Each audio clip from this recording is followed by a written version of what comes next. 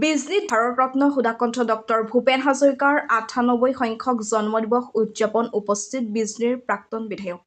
বিজনী মহকুমাৰ ভাৰতৰত্ন সুধাকণ্ঠ ডক্টৰ ভূপেন হাজৰিকাৰ স্মৃতি ৰক্ষা সমিতিৰ উদ্যোগত আৰু লেখিকা সমাৰোহৰ বিজনী শাখা সমিতিৰ সহযোগত বিজনীত ডক্টৰ ভূপেন হাজৰিকাৰ প্ৰতিমূৰ্তিস্থলীত উদযাপন কৰা হয় ভূপেন হাজৰিকাৰ জন্মদিৱস।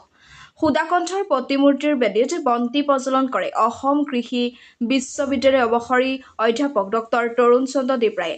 সুধাকণ্ঠৰ প্ৰতিমূৰ্তিত মাল্যাৰ্পণ কৰে বিশিষ্ট অনাতাঁৰ শিল্পী অশোক বৰ্মই। শ্ৰদ্ধাঞ্জলি অনুষ্ঠানত চিৰাং জিলা সাহিত্য সভাৰ সভাপতি হৰিলাল বায়ন, বিজনীৰ প্ৰাক্তন বিধায়ক কমল সিং নাৰ্জাৰীসহ অতিথিবৃন্দ উপস্থিত থাকে। পাছত স্মৃতিচাৰণ সভা অনুষ্ঠিত হোৱাৰ লগতে আয়তীসকলে নাম পৰিৱেশন কৰে।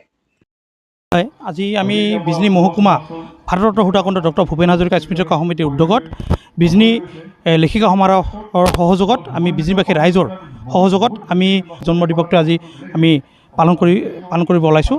ইতিমধ্যে আমাৰ প্ৰথম কাৰ্যসূচী সুধাকণ্ঠগৰাকীৰ প্ৰতিচ্ছবিত বন্তি প্ৰজ্বলন আৰু মাল্যাৰ্পণ ইতিমধ্যে হৈ গ'ল আৰু সমগ্ৰ বিশ্ববাসী তথা ভাৰতবৰ্ষ তথা অসমে আমি এই বিশ্ব মানৱগৰাকীক আমি যেনেধৰণে তেখেতৰ সৃষ্টিকৰ্ম তেখেতৰ গীতৰ মাজেৰে সমাজ জীৱনখনক যেনেধৰণে আগুৱাই লৈ গৈছে আৰু অসমৰ জাতীয় জীৱনত তেওঁ এগৰাকী মহান পুৰুষ হিচাপে সমগ্ৰ অসম তথা ভাৰতবৰ্ষই তেওঁক স্বীকৃতি দিছে। গতিকে সেই মহান ব্যক্তিগৰাকী তথা সুধাকণ্ঠগৰাকীক আমি আজি এনেধৰণে তেখেতক উদযাপন কৰিবলৈ পাই আমি নথৈ আনন্দিত হৈছোঁ। আজি আমাৰ ইয়াত বিভিন্ন ধৰণৰ কাৰ্যসূচী আছে। আমাৰ সুধাকণ্ঠগৰাকীৰ স্মৃতিচাৰণ সভা এখন আছে। তাৰ লগতে বিজনী অঞ্চলৰ বিভিন্ন কেইগৰাকীমান বচা শিল্পীক আজি আমি ইয়াত সম্বৰ্ধনা জ্ঞাপন কৰিম। তাৰ লগতে বিভিন্ন ছাত্ৰ ছাত্ৰীসকলৰ মাজত চিত্ৰাংকন প্ৰতিযোগিতা, ভূপেন্দ্ৰ সংগীত প্ৰতিযোগিতা, ভূপেন্দ্ৰ সংগীতৰ ওপৰত নৃত্য প্ৰতিযোগিতা এনেধৰণৰ কাৰ্যসূচী ইতিমধ্যে আমি আৰম্ভ কৰিম।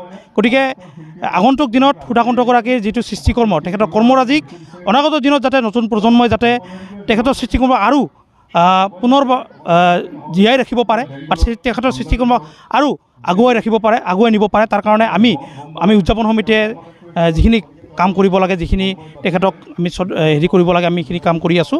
আৰু আগন্তুক দিনত সুধাকণ্ঠগৰাকীৰ সৃষ্টিকৰ্মক যাতে আমি বিশ্ব দৰবাৰত আকৌ পুনৰবাৰ তেখেতক জিলিকাই তুলিব পাৰোঁ তাৰ কাৰণে আমি প্ৰয়াস কৰিছোঁ।